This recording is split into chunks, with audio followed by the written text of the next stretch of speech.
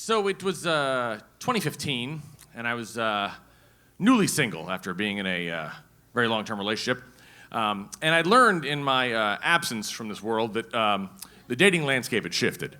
There were now apps, and I was on all of them. But I learned that my sense of humor didn't always work so well with the short character limit of these applications. Like, for example, for a while, my Tinder bio was happy to meet for drinks or coffee, as long as it's not within 500 feet of a school, daycare facility, or church.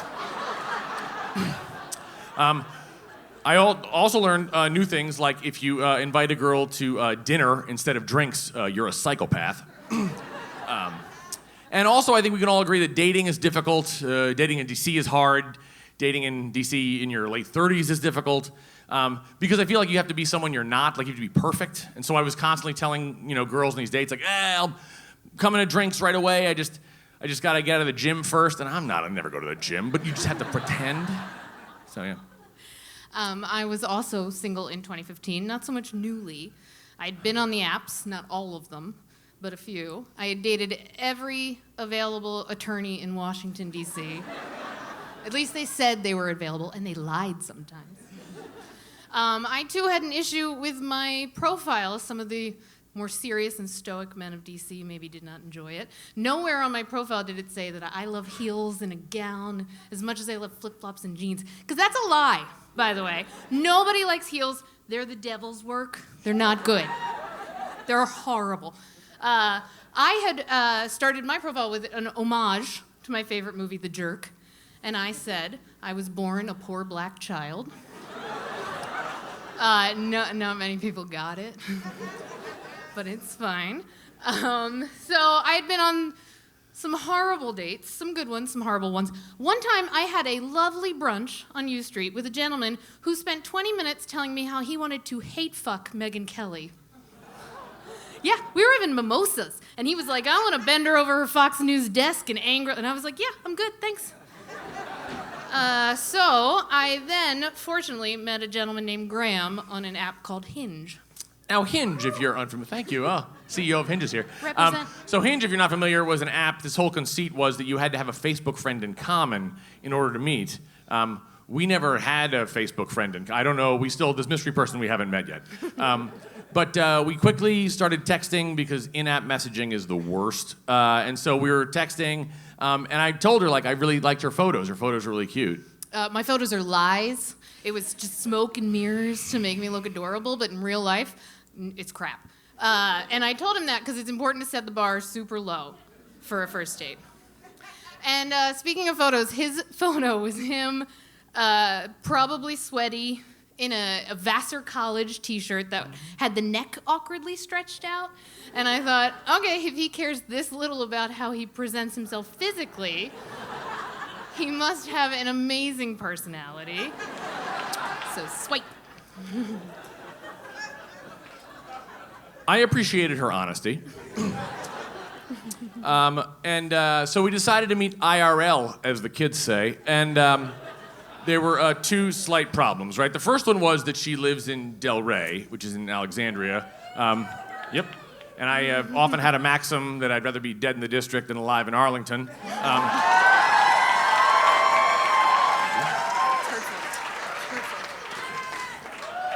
And the second is that she, in our voluminous texting and talking, she was like, the reason why my ex and I broke up is because he didn't want kids, and I really want to have them right now. And I wasn't sure where I was on the kids train, but I was pretty sure that, right after a long-term relationship, I really wanted to, let my thinning hair down a bit, and have the fun. Yeah, I don't want kids, FYI. I say this because it weeds out all the dudes who are like, I'm gonna bang you and not follow up tomorrow. So I blame the patriarchy as a whole for that one. You're welcome. So being a gentleman, I decided to forge the river and get my passport stamped and go to Virginia.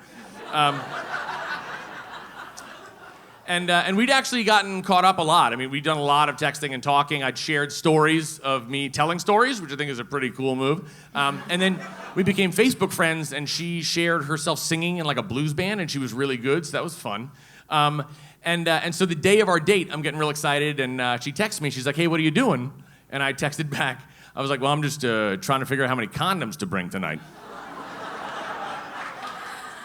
And I said, "Who uses condoms? Gross." So anyway, we decided to have our first date at Evening Star in Del Rey. I got there early so I could get 2 seats at the bar. Pro tip, by the way, for dating. I like a first date at the bar. I find that if it's not going well, you can stare straight ahead and watch TV and awkwardly make eye contact with the bartender. And if it is going well, you can do the thing where you both like turn into each other and your knees kind of hit, like all flirty like. And when he tells a joke and you laugh, you touch his forearm. Like, it works every time. So I was there. And Graham walked in, and I thought, oh my God, he's tall, yay. And then I thought, oh my God, he's ginger, yeah. Because there's physics behind 2 gingers getting together, and I don't know what it is, but I don't think it's good. So I walked in and I saw Brooke seated at the bar holding a seat, and she was very pretty. She was prettier than her photos, which is totally true. You're lying. And also I saw she was ginger, and I too was concerned about the future of the galaxy. But whatever. So we started sitting next to each other and drinking and talking, and she was laughing and she was touching my arm a lot, which I think was pretty cool. Honestly, he was hysterical. I was having a really great time. He told stories about how he used to be a cop in New York City, and now he's a consultant in D.C., and how that all works out. And I could tell he was feeling more comfortable because he started to tell stories that were a little more personal. He told me the story about the one time his ex-girlfriend had to put a suppository up his asshole. It's true story. And he told me about the time he may or may not have had sex with an escort for free. A high-end escort? Oh, I apologize. Sex with a high-end escort for free, which makes it better. Totally. Yeah, so she was laughing, everything was going well. I figured, there was no way I could lose. Yeah, I felt his butthole was coming up way too often for a first date. Things were not going well. It was uncomfortable. I ordered more drinks. It was bad. So I did have some concerns that my butthole was coming up too often in the first date. But then she ordered more drinks, and I was like, all right, game on. So, good news is 3 or 4 drinks later, and I forgot all about the butthole stuff and the escort stuff. And it was going well, and I was touching his arm, and all was flirty. And I thought, oh, I'm going to use my surefire clothes. And I was like, would you like to come home to meet my dog? And I did want to come home to meet her dog, but I also wanted to come home and see her naked, right? So we went back to her place, and we consummated the date. Yeah, we did. Right? Okay. And then after that, I stayed over, not because I, had dreams of wedding bells, but because when I have sex, I get real sleepy. And also, women's beds are real comfy, and she had a queen-size bed. She had this big bed. It was so great.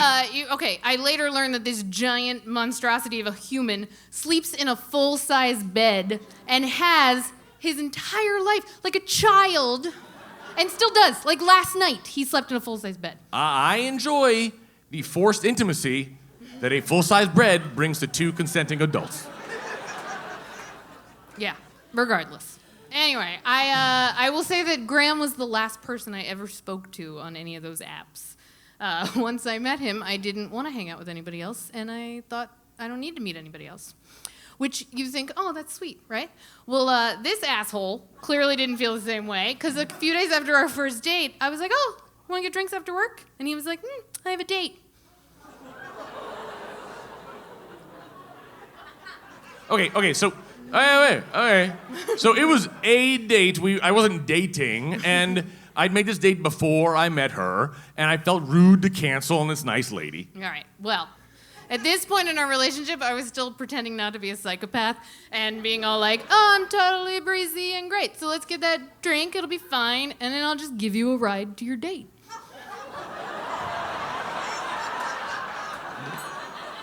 And I did give him a ride to his date, and we had that drink. And then he called me 42 minutes later to let me know how the date went, because I won. And I clearly... It's true. I've ruined him for all future women. This is true. And that was a little over 3 years ago. And things are going well, clearly, because we're telling a story about it. Yeah, we still make each other laugh every day. So, Sometimes. thanks much.